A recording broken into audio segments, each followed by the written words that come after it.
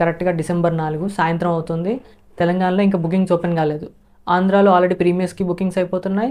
తెలంగాణలో అప్పుడే మధ్యాహ్నం ఆల్రెడీ జియో వచ్చేసింది, కానీ ఇంకా బుకింగ్ స్టార్ట్ కావట్లేదు. సో ఏంటా అని టెన్షన్తో చూస్తుంటే కరెక్ట్గా అదే టైంలో ప్రొడక్షన్ హ్యాండిల్ నుంచి ఇన్ఫర్మేషన్ వచ్చింది, ఇండియాలో ఉన్న ప్రీమియర్స్ అన్నీ టెక్నికల్ ఇష్యూస్ వల్ల క్యాన్సిల్ చేస్తున్నామని చెప్పి. సర్లే, ఓన్లీ ఇండియాలో మాత్రమే ప్రీమియర్స్ బుకింగ్ క్యాన్సిల్ అయిపోయాయి. రేపు మార్నింగ్ నుంచి షోస్ పడతాయి.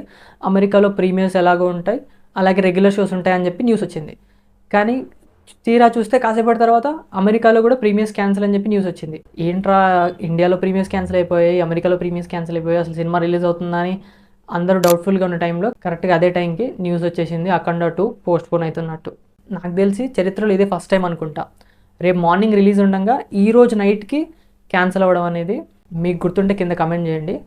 ఒక్కసారి క్రాక్ మూవీ కూడా ఇలాగే జరిగింది, కానీ అప్పుడు ఓన్లీ డిలేనే, అంటే ఈవినింగ్ షోస్ నుంచి స్టార్ట్ అయింది. కానీ అఖండ 2 మాత్రమే రేపు మార్నింగ్ రిలీజ్ అనగా ఈరోజు నైట్ పోస్ట్పోన్ అయింది. నాకు తెలిసి వాల్మీకి అప్పుడు అనుకుంటా, అదే గద్దలకొండ గణేష్ అప్పుడు, దాని ముందునేమో వాల్మీకి ఉండేది.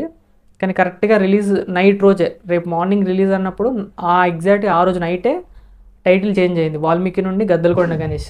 కోయిన్సిడెన్స్ ఏంటంటే దానికి కూడా వీళ్ళే ప్రొడ్యూసర్స్.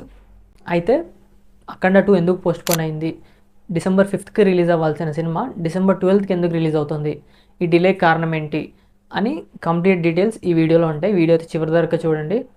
వీడియో స్టార్ట్ చేసే కంటే ముందు ఇలాంటి ఇంపార్టెంట్ ఇన్ఫర్మేషన్ కోసం మన ఛానల్ని సబ్స్క్రైబ్ చేసుకొని పెట్టుకోండి. ఓకే, స్టార్ట్ చేద్దాం. అయితే ఈ పోస్ట్పోన్ ఇష్యూ మీద పూర్తి డీటెయిల్స్ తెలుసుకోవాలంటే ముందు మనం కొంచెం ఫ్లాష్ బ్యాక్లోకి వెళ్ళాలి.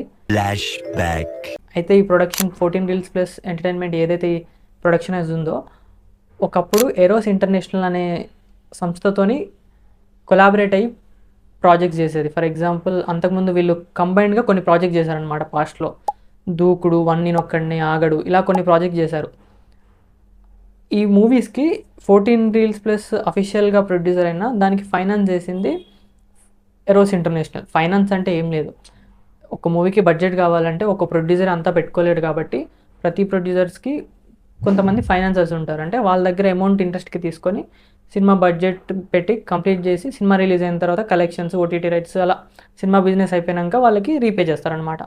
అలా ప్రతి ప్రొడక్షన్ హౌస్కి ఎంతో కొంతమంది ఫైనాన్సర్స్ ఉంటారు. అలాగే ఈ 14 Reels ఎంటర్టైన్మెంట్ కూడా ఈ ఎరోస్ ఇంటర్నేషనల్ సంస్థతోని టైఅప్ అయి కొన్ని మూవీస్ చేసింది. అయితే ఫస్ట్ మూవీ దూకుడుకి బాగానే ప్రాఫిట్స్ వచ్చాయి వీళ్ళకి. సో బాగానే ప్రాఫిట్స్ వచ్చినప్పుడు ఆటోమేటిక్గా ఆబ్వియస్లీ ఇంకో మూవీ కూడా కమిట్ అయ్యారు, అదే వన్ నేనొక్కడినే ఆగడు. ఈ 2 మూవీస్లో కొంచెం లాసెస్ వచ్చాయన్నమాట. సో ఈ వన్ నేనొక్కడినే, ఆగడు మూవీస్ సరిగ్గా అంతగా అనుకున్నంతగా ఆడకపోయేసరికి కొంచెం లాస్ వచ్చి ఈ 14 Reels ఎంటర్టైన్మెంట్ ఆ ఎరోస్ సంస్థకి కొంత అమౌంట్ అయితే డ్యూ ఉంది. అయితే 2015లో వీళ్ళొక మ్యూచువల్ అగ్రిమెంట్కి వచ్చారు. ఏంటంటే ఈ 4 ఇయర్స్లో, అంటే 2019 కల్లా 27.8 crores ఈ 14 Reels ఎంటర్టైన్మెంట్ సంస్థ ఎరో సంస్థకి చెల్లించాలని చెప్పేసి ఒక ఒప్పందం కుదుర్చుకున్నారు. కానీ కొన్ని కారణాల వల్ల ఆ 2019లో చెల్లించలేదు. అయితే అగ్రిమెంట్లోనే ముందుగా రాసుకున్నది ఏంటంటే, ఎప్పుడైతే 2019లో కనుక ఈ 14 Reels సంస్థ ఎరో సంస్థకి ఆ అమౌంట్ చెల్లించకపోతే అప్పటి నుంచి 2019 నుంచి ప్రతి ఇయర్ 14% యాన్యువల్ ఇంట్రెస్ట్ కట్టాలన్నమాట అడిషనల్గా. అట్లా 2019 నుంచి 2025 వరకు ఆ ఇంట్రెస్ట్ అనేది యాడప్ అయ్యి టోటల్గా ఇప్పుడు 2025కి ఆల్మోస్ట్ ఒక 50 crores వరకు వచ్చింది. అయితే ఎగ్జాక్ట్గా ఈ నవంబర్లో ఈ ఎరో సంస్థ 14 Reels ఎంటర్టైన్మెంట్ సంస్థని అప్రోచ్ అవ్వడం జరిగింది. బట్ వాళ్ళ నుంచి ఒక పాజిటివ్ రెసిప్రోకేషన్ అనేది జరగలేదు. సో ఇలా అయితే కాదు అని చెప్పి ఆ ఎరో సంస్థ లీగల్గా ప్రొసీడ్ అయ్యి మద్రాస్ హైకోర్టులో ఒక కేసు ఫైల్ చేసింది. చాలా హియరింగ్స్ తర్వాత ఆ మద్రాస్ హైకోర్టు అయితే తీర్పిచ్చింది. ఏమని ఇచ్చింది, ఎట్టి పరిస్థితుల్లోనూ ఈ సెటిల్మెంట్ అనేది జరిగే వరకు కూడా అఖండ 2 మూవీని మానిటైజ్ చేయడానికి లేదు. అంటే ఓటీటీ ద్వారా కానీ, శాటిలైట్ ద్వారా కానీ, థియేట్రికల్గా కానీ ఎలాంటి సోర్స్తో వీళ్ళు మనీ చేసుకోకూడదు అఖండ 2 మూవీతోనని చెప్పి కోర్టు అయితే తీర్పిచ్చింది. ఇదంతా నేను చెప్తున్నది కాదు, ఈ ఎరో సంస్థ తరపున లాయర్ ఆ కోర్టులో ఏం జరిగింది అని చెప్పేసి ఒక అఫీషియల్గా లెటర్ అయితే మనకు బయటికి ఇచ్చాడు. సో దాంట్లో ఉన్న ఇన్ఫర్మేషన్ ఇదంతా. అయితే December 3కి ఇది వచ్చింది, అంటే ఎగ్జాక్ట్గా December 4th ప్రీమియర్స్కి 1 day ముందు. అయితే వీళ్ళు ప్రొడ్యూసర్స్ December 4th ప్రీమియర్స్ పడడానికి ఆ 1 dayలో చాలా ట్రై చేశారు, ప్రీమియర్స్ అవ్వలేదు. At least December 5th original release date కన్నా రావాలని ట్రై చేశారు, అయినా అవ్వలేదు. అట్లీస్ట్ ఒక 1 day సాటర్డే December 6th రోజైనా రిలీజ్ అవ్వడానికి ట్రై చేశారు, అది కూడా అవ్వలేదు. ఇంకా ఎప్పుడైతే కేసు కోర్టులోకి వెళ్ళిందో ప్రొడ్యూసర్స్ హ్యాండ్స్లో నుంచి చేజారిపోయింది. ఎప్పుడైతే ఇంకా వీళ్ళు 6th రిలీజ్ చేయలేమని ఫీల్ అయ్యారో పోస్ట్పోన్ అని అఫీషియల్గా డిక్లేర్ చేశారు. దాని తర్వాత ఇంకా ఆ సంస్థతో మాట్లాడి ఈ మొత్తానికి అయితే సెటిల్మెంట్ చేసుకున్నారు. ఈ సెటిల్మెంట్ చేసుకోవడానికి బాలయ్య కానీ మన బోయపాటి గారు కానీ ఎంతో వాళ్ళ రెమ్యునరేషన్లో కొంచెం కట్ చేసుకున్నారనేది మనకున్న ఇన్ఫర్మేషను.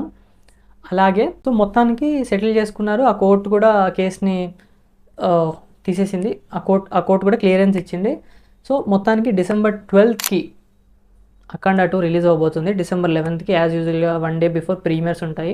December 5th రిలీజ్ అయితే ఎంత బజ్ ఉంటుందో నాకైతే తెలియదు, కానీ December 5th ఎప్పుడైతే సినిమా పోస్ట్పోన్ అయిందని తెలిసిందో అఖండ 2 అనేది టాక్ ఆఫ్ ద టౌన్ అయిపోయింది. ఆటోమేటిక్గా చాలా బజ్ వచ్చేసింది. మరి ఇది సినిమాకి ప్లస్ అవుద్దా మైనస్ అవుద్దా, లేకపోతే మన బాలయ్య చెప్పినట్టు మైనస్ ఇంటూ మైనస్ ప్లస్ అవుద్దా, మీరే చెప్పాలి. వచ్చి ప్లస్ అయ్యి మైనస్ అయితే plus and minus is always bad. Plus and plus is minus, minus and minus is plus. So me opinion ఏంటనేది కూడా కింద కామెంట్ చేయండి. అయితే December 12th సినిమా రిలీజ్ అయ్యి పెద్ద హిట్ అవ్వాలని కోరుకుందాం.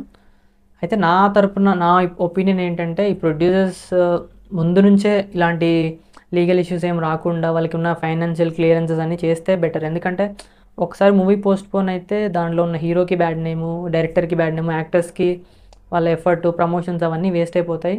అదొకటే కాకుండా నెక్స్ట్ వీక్ వచ్చే సినిమా కూడా దీనివల్ల ఎంతో కొంత ఎఫెక్ట్ అవ్వడం ఉంటుంది. సో ఇలాంటివన్నీ ముందే జరగకుండా చూసుకుంటే బెటర్ అని నా ఫీలింగ్. అట్లీస్ట్ ఇది కాకపోయినా నెక్స్ట్ వచ్చే ప్రొడక్షన్ హౌసెస్ కానీ ఇలాంటి ఇష్యూస్ రాకుండా చూసుకుంటే బాగుంటుందని అనుకుంటున్నా. సో వీడియోస్ మొత్తం చూసాక మీకు ఇన్ఫర్మేషన్ వచ్చింది అనుకుంటున్నా. నచ్చితే లైక్ చేయండి, మీ ఒపీనియన్ కింద కామెంట్ చేయండి. ఇలాంటి ఇన్ఫర్మేషన్ మీకు కావాలనుకుంటే మన ఛానల్ని సబ్స్క్రైబ్ చేసుకొని పెట్టుకోండి. మళ్ళీ వచ్చే వీడియోలో కలుద్దాం. బాయ్.